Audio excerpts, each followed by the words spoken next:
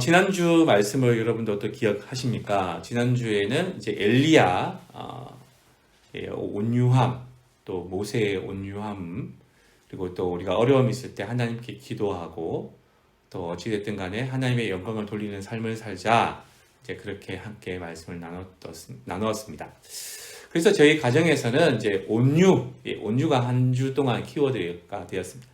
엄마가 조금 아빠가 조금 언성을 높이시면 아빠 온유, 엄마 온유 이렇게 아이들이 얘기하고, 또 아이들끼리도 조금 이렇게 다투거나 그러면 얘들아 온유 이렇게 이야기를 했던 것 같습니다. 오늘 말씀도 그 온유함에 이제 이어지는 말씀입니다. 여러분들 삶을 살다가 이런 일들을 겪으셨나요? 어떤 일이냐면 너무너무 성품도 나쁘고 또 악한 사람들이 잘 되고 잘 먹고 잘 사는 어떤 그런 모습. 또 반면에 너무 착하고 늘 누군가를 돕고자 애를 쓰고, 그리고 누군가를 이렇게 위해서 많은 사랑을 나눠주는 사람이 오히려 이렇게 힘들게 사는 어떤 그런 경우를 많이 보셨습니까? 특히 이제 우리 드라마나 영화를 보면 그런 일들이 허다합니다. 주인공은 늘 이렇게 약자이고 늘 힘든 사람이지만 열심히 일을 해도 이렇게 잘 안 되고, 극 중엔 나쁜 사람들이 잘 되는 일들이 많습니다. 그러나 그 결국에는 어떻게 되나요? 좋은 일들이 이제 생기죠.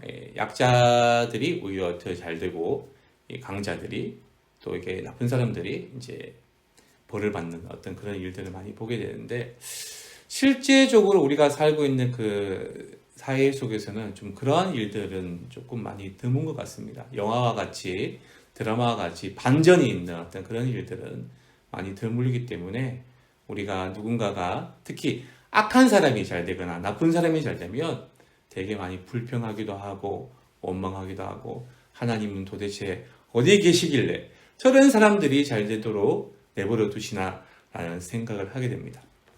그래서 오늘 본문 말씀에도 그러한 사람들을 향하여서 이 말씀이 주어지고 있습니다. 우리 1절 2절 말씀을 한번 귀담아 보시죠. 악을 행하는 자들 때문에 불평하지 말며 불의를 행하는 자들을 시기하지 말지어다. 그들은 풀과 같이 속히 배임을 당할 것이며 푸른 채소같이 쇠잔할 것이미로다. 아멘. 본문 말씀 1절에는 분명히 이렇게 이야기하고 있습니다. 악을 행하는 사람, 그 나쁜 사람들 때문에 불평하지 말랍니다. 불평하지 말고, 또 불의를 행하는 자들이 나쁜 사람들이죠. 이 사람들 때문에 시기하지도 말라고 합니다. 왜냐하면 그들이라는 것은 이 악한 사람들이죠. 악한 사람들은 풀과 같이 속히 탁 베일 것이다. 그리고 푸른 채소, 여러분들 채소 사서 이렇게 집에 한번 놔둬 보셨습니까? 고기 드시고 난 다음에 좀 남은 채소 어떻게 해서 이제 냉장고에 넣지 않으면 어떻게 되나요? 시간이 지나면 지날수록 시들어버리죠. 그렇게 시들어버리는 그런 채소밖에 될 수밖에 없다. 그렇게 이야기를 하고 있습니다. 이 말씀을 읽다 보면 한편으로는 이해가 되면서도 한편으로는 좀 잘 이해가 안 됩니다. 아니, 이렇게 잘 되는 사람들 때문에 불평하지 말라고, 악을 행하고 나쁜 사람들 때문에 시기하지 말라고, 그리고 이 사람들이 나중에 잘못된다고 지금 내가 그렇게 잘 못 깨닫겠는데? 라는 의문이 들 겁니다. 그런데 오늘 본문 말씀은 어떠한 시인이 썼냐면, 오늘 25절, 26절을 제가 읽지는 않았지만 그 말씀을 보면 이 시편의 시인이 누구인지를 알 수가 있습니다. 25절, 26절 말씀을 제가 읽겠습니다. 내가 어려서부터 늙기까지 의인이 버림을 당하거나 그의 자손이 걸식함을 보지 못하였도다. 그는 종일토록 은혜를 베풀고 꾸어주니 그의 자손이 복을 받는도다. 아멘. 여기 보시면 어려서부터 늙기까지라고 얘기를 했을 때에 이 어려서부터 늙기까지라는 것은 어떤 한 사람이 있는데, 그 사람이 어린 시절부터 지금 나이가 들어서 많은 사람들이 늙었다 하는 지금까지 누군가의 모습들을 왔다는 거지요. 그래서 이 시편은 학자들의 의견에 의하면 아주 나이 든 연세 지긋한 어르신이 이제 삶을 조금씩 알아가는 청년들, 젊은이들을 향하여서 가르침을 주는 그 가르침의 시라고 합니다. 그래서 오늘 보면 의인들이 버림을 당하는 걸 못 봤어. 내가 어린 시절부터 지금까지 쭉 보니까 한평생을 살아보니까 의인이 결국에는 잘 되더라. 그리고 그의 자손이 누군가에게 한 푼 주세요, 한 푼 주면서 이렇게 해서 걸식하는 것을 못 봤다. 오히려 의인들은 늘 은혜를 베풀고 꾸어주더라. 그리고 그의 자녀들이 복을 받더라. 라는 게 오늘 한 나이 드신 어르신이 지금 젊은이를 향하여서 이렇게 가르침의 시를 쓰고 있습니다. 그런데 이 시는 지금 이제 저희 한글에서는 잘 느껴지지 않는데 이 히브리 성경에 보면 알파벳입니다. 알파벳은 이제 알렛, 벳, 기메, 달렛 이런 순으로 이제 히브리어가 되어 있는데 우리가 뭐 예를 들면 기역, 니언, 티끌, 리얼 이렇게 했을 때 기역 가는 사람 막지 아니하고 나에게 오는 사람을 사랑하고 다 화목하게 뭐 이렇게 이제 그렇게 이야기할 수 있는 그런 시라고 할 수가 있습니다. 그런데 그 주제는 계속해서 하나님을 의지하라는 것이 나옵니다. 왜냐하면 악인들을 오히려 질투하지 말고 시기하지 말고 하나님을 더 의지해라 그렇게 이야기하고 있습니다. 오늘 본 말씀 3절부터 6절까지 말씀을 제가 읽어보겠습니다. 여호와를 의뢰하고 선을 행하라. 땅에 머무는 동안에 그의 성실을 먹을거리로 삼을지어다. 하나님을 의뢰하라는 겁니다. 또 우리가 어려움 속에서도 여호와를 기뻐하라. 우리의 기쁨을 하나님께로부터 찾아가는 거죠. 그러면 그가 내 마음의 소원을 내게 이루어 주신다. 5절 내 길을 하나님께 여호와께 맡기라. 그리하면 그가 그 모든 것들을 이루어 주신다. 그래서 내 의가 빛같이 나타내시도록 하시고 내 공의를 정오의 빛같이 잠잠하게 하신다 하고 있습니다. 그러니까 오늘 본문에 보면 온유한 자를 지금 이야기하고 있는 것 같습니다. 왜냐하면 7절 말씀 지난주 우리 한번 그 말씀을 나눴던 걸 한번 기억해 보시면 이렇습니다. 여호와 앞에서 잠잠하고 참고 기다리는 사람 있잖아요. 하나님께서 이 모든 것들을 다 갚아주실 것이다. 하나님께서 나의 억울함들을 다 갚아줄 것이다. 그리고 나는 화도 내지 않고 그리고 다투지도 않고 그리고 그 누군가하고도 싸우지 않는 하나님만 의지하는 그런 사람이 되고자 한다. 이제 그게 온유한 사람이라고 그랬잖아요. 마찬가지 7절에 그렇게 나와 있습니다. 여호와 앞에 잠잠하고 참고 기다리라. 자기 길이 형통하며 악한 꾀를 이루는 자 때문에 불평하지 말라라고 얘기하고 있습니다. 그래서 이제 8절, 9절 계속해서 이야기하고 있는 것은 뭐냐면 분을 그치고 노를 버리며 불평하지 말라. 오히려 악을 만들 뿐이다. 그리고 진실로 악을 행하는 자들은 끊어질 것이다. 그러나 여호와를 소망한 자들은 땅을 차지할 것이라고 말씀하고 있습니다.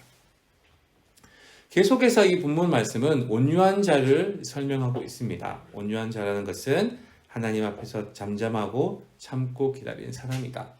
그리고 절대로 분을 내지 않고 노를 내지 않고 그리고 오히려 하나님을 소망하는 사람들이다. 그 사람들이 땅을 차지한다 이야기하고 있습니다. 계속해서 10절, 11절 이렇게 얘기하고 있습니다. 잠시 후에는 악인이 없어진다. 내가 그것을 자세히 살필지라도 악인은 없을 것이다.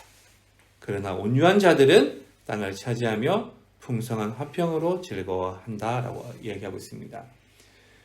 앞에서 다시 말씀한 대로 하나님만 의지하고 하나님만 바라보고 분을 내지도 않고 화를 내지도 않고 싸우지도 않는 그러한 하나님께만 소망을 둔 그 온유한 사람이 결국에는 땅을 차지하고 풍성한 화평으로 즐거움을 누린다라고 합니다. 여러분들 그 조금 뭔가 이상하지 않습니까? 이 온유한 사람, 우리가 말하는 성품이 이렇게 부드럽고 누군가에게 싫은 소리 잘 못하고 화 잘 내지 않고 착한 사람, 그렇게 온유한 사람을 많이 이제 생각하고 있는데, 이 사람이 땅을 차지한답니다. 예, 땅.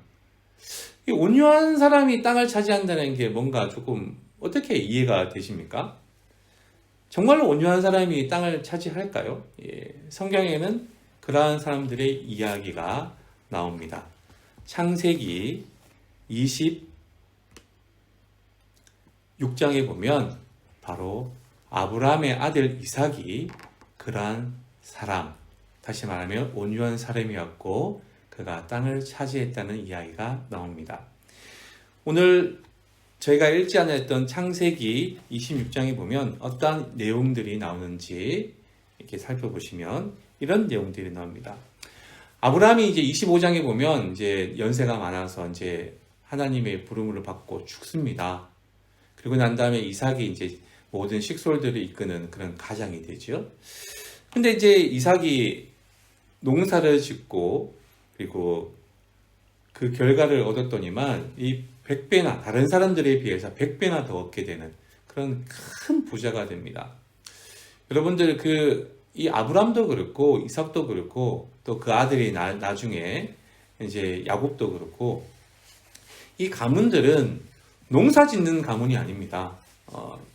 양을 키우거나 소를 키우는 그런 유목민들이지 농사에는 어떤 그 소질이 있는 사람들이 아니에요.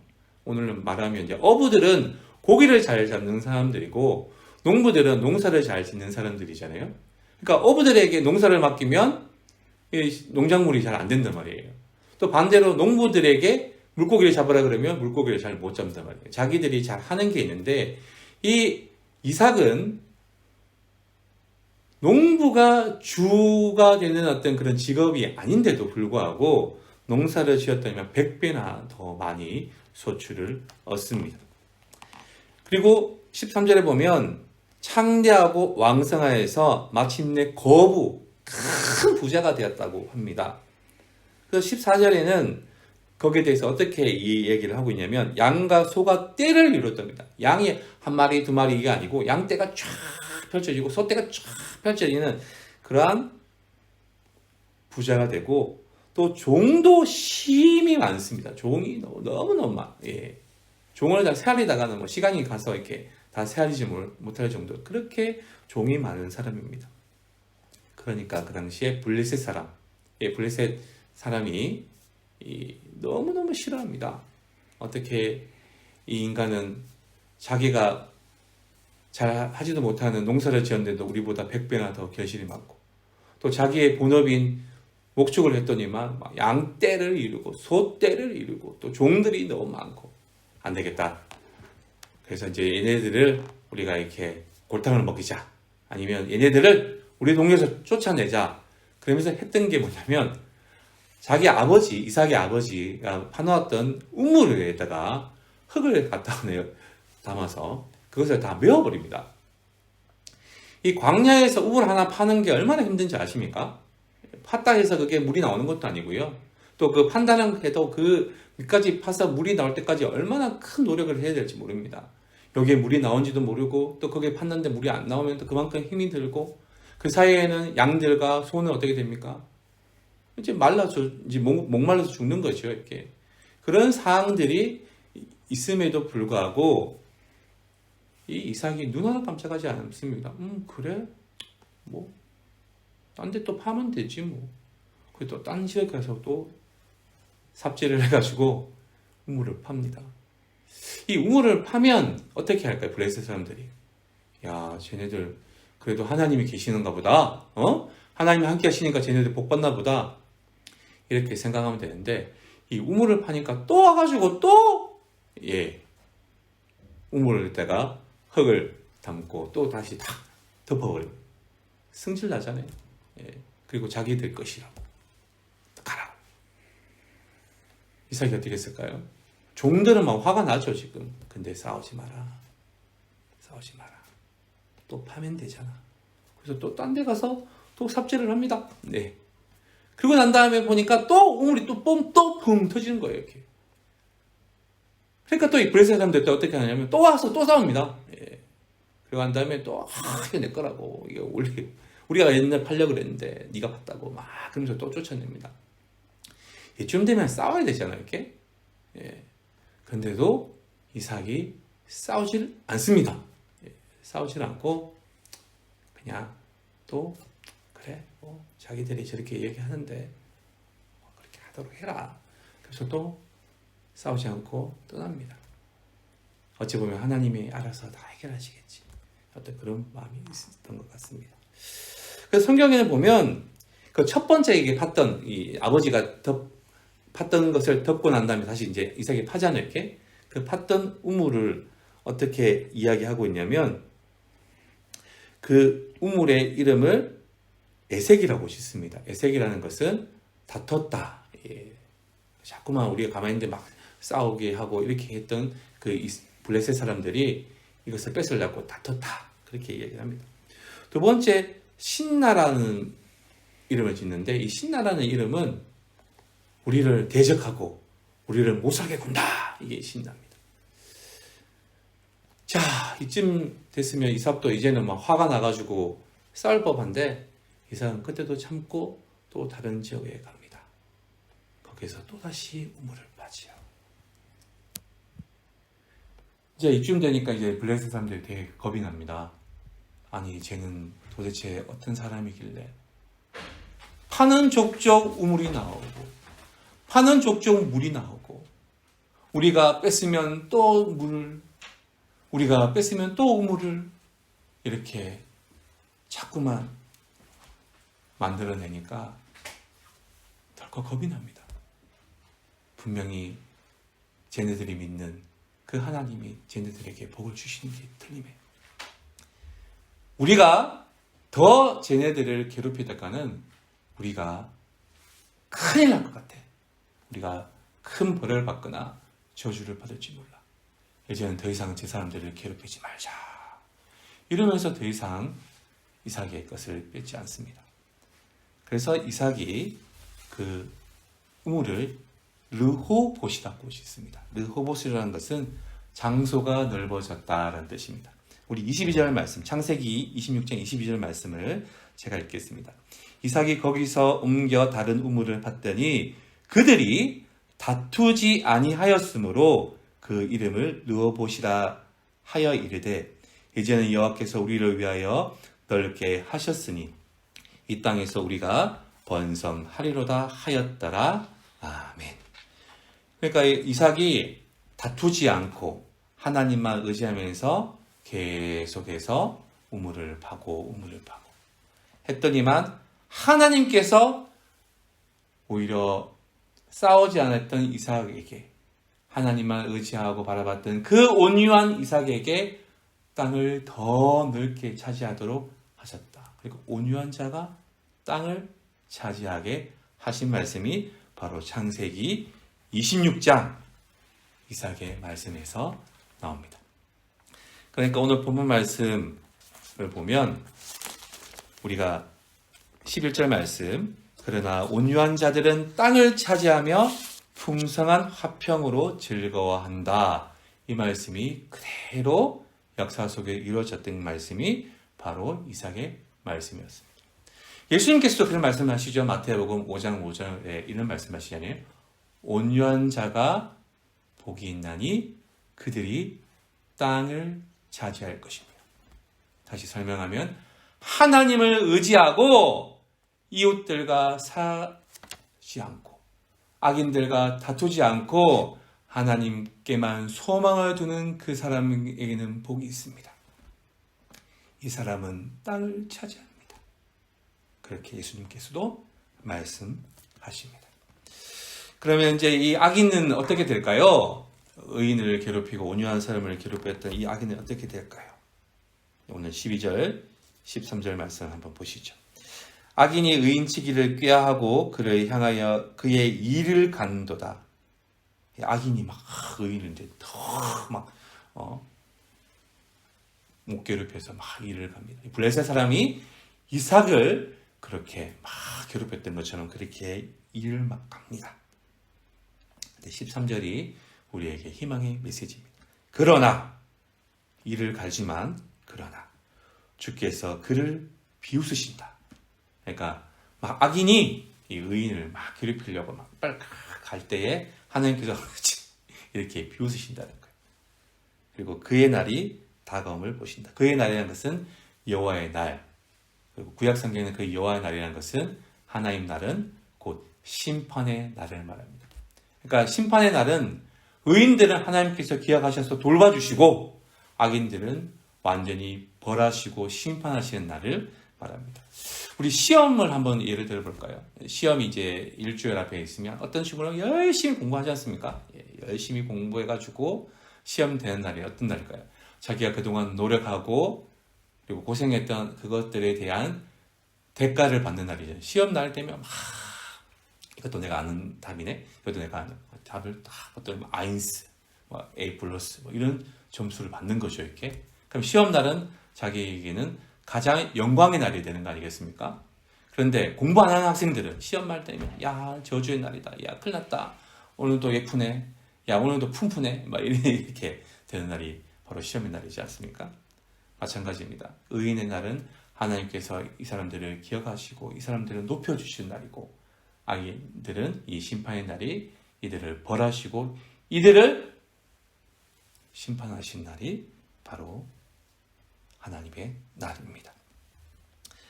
그래서 이제 14절부터 21절까지는 계속해서 의인들은 하나님께서 어떻게 해주실 것인가, 악인들은 어떻게 하실 것인가 그렇게 되어 있는데 의인들은 하나님께서 기억하여 주시고 악인들은 벌을 주시겠다 그렇게 얘기를 합니다. 그래서 22절에도 똑같이 앞의 말씀 땅 차지하는 이야기가 나옵니다. 22절 말씀 제가 읽겠습니다. 주의 복을 받은 자들은 땅을 차지하고 주의 저주를 받은 자들은 끊어진다. 하나님의 복을 받은 자, 다시 말하면 하나님을 의지하고 하나님께만 소망을 두고 이웃과 다투지 아니하고 싸우지 아니하고 분을 내지 않는 그런 사람들은 땅을 차지하게 된다. 이삭과 같이 땅을 차지하게 된다. 그러나 저주받은 하나님께 저주받은 자는 영원히 끊어져서 이 세상에서 살아남지 못하는 푸른 채소와 같고 베어지는 그런 잡초와 같을 것이다. 그렇게 얘기합니다. 그게 오늘 한 연세 드신 어르신이 평생을 살면서 내가 봤더니만 그렇게 되더라. 진짜 성경의 말씀대로 그렇게 되더라. 그렇게 얘기하고 있습니다. 오늘 23절 말씀, 24절은 이렇게 우리에게 이야기하고 있습니다. 23절, 24절 말씀을 제가 다시 읽겠습니다. 여호와께서 사람의 걸음을 정하시고 그의 길을 기뻐하시나니 그는 넘어지나 아주 엎드러지지 아니함은 여호와께서 그의 손으로 붙드심이로다. 하나님은 우리의 걸음걸음을 기억하고 그리고 우리가 하나님의 그 길을 따라가는 사람들을 기뻐하신답니다. 때로는 우리는 악인들의, 때로는 우리를 힘들게 하는 사람들에 의해서 막 넘어질 것 같은 그런 어려움들이 있지만 하나님께서 이 손을 꽉 붙들어 주시기 때문에 우리는 아주 넘어지고 더 이상 일어나지 못하는 일들이 없다고 합니다. 이 말씀을 세번역 성경에도 이렇게 번역이 되었는데 이 세번역 성경이 더 우리에게 마음이 와닿는 것 같아서 제가 세번역 성경 말씀도 함께 봉독해 드리겠습니다. 잘 귀를 기울이고 들어보십시오. 우리가 걷는 길이 주님께서 기뻐하시는 길이면 우리의 발걸음을 주님께서 지켜주시고 어쩌다 비틀거려도 주님께서 우리의 손을 잡아주시니 넘어지지 않는다. 다시 한 번 더 읽겠습니다. 우리가 걷는 길이 주님께서 기뻐하시는 길이면 우리의 발걸음을 주님께서 지켜주신답니다. 그러나 어쩌다가 비틀거린다 하더라도 주님께서 우리의 손을 이렇게 딱 붙잡아 주시니까 우리는 넘어지지 않는다. 그게 오늘 본문 말씀이 우리에게 하고 있는 말씀입니다. 여러분들, 우리를 힘들게 하는 사람도 있습니까? 악인들 때문에 우리가 마음이 상합니까? 그리고 또 우리를 힘들게 하는 이 코로나 때문에 우리는 하나님을 의지하지 못하고 하나님을 원망하고 살아가십니까? 그러나 오늘 말씀을 보면 하나님께만 소망을 품고 하나님께만 나아가고자 하고 하나님께 의뢰하고 나의 모든 길을 하나님께만 맡기는 그 사람을 하나님께서는 기억하시고 그들을 지켜주십니다. 근데 때로는 우리가 비틀거리면서 힘들어할 때 우리가 아주 넘어지지 않고 더 이상 일어나지 못하지 않는 까닭은 하나님의 우리의 손을 이렇게 다 붙들어 주시기 때문이다 라고 이야기하고 있습니다. 오늘 이 말씀, 코로나가 점점 더 힘들어지는 이 시대에 우리가 더욱더 소망의 말씀으로 붙들고 하나님을 더욱더 의뢰하고 하나님께만 우리가 기쁨을 두고 우리의 모든 길을 하나님께 맡기는 저와 여러분이 되시기를 간절히 기원합니다.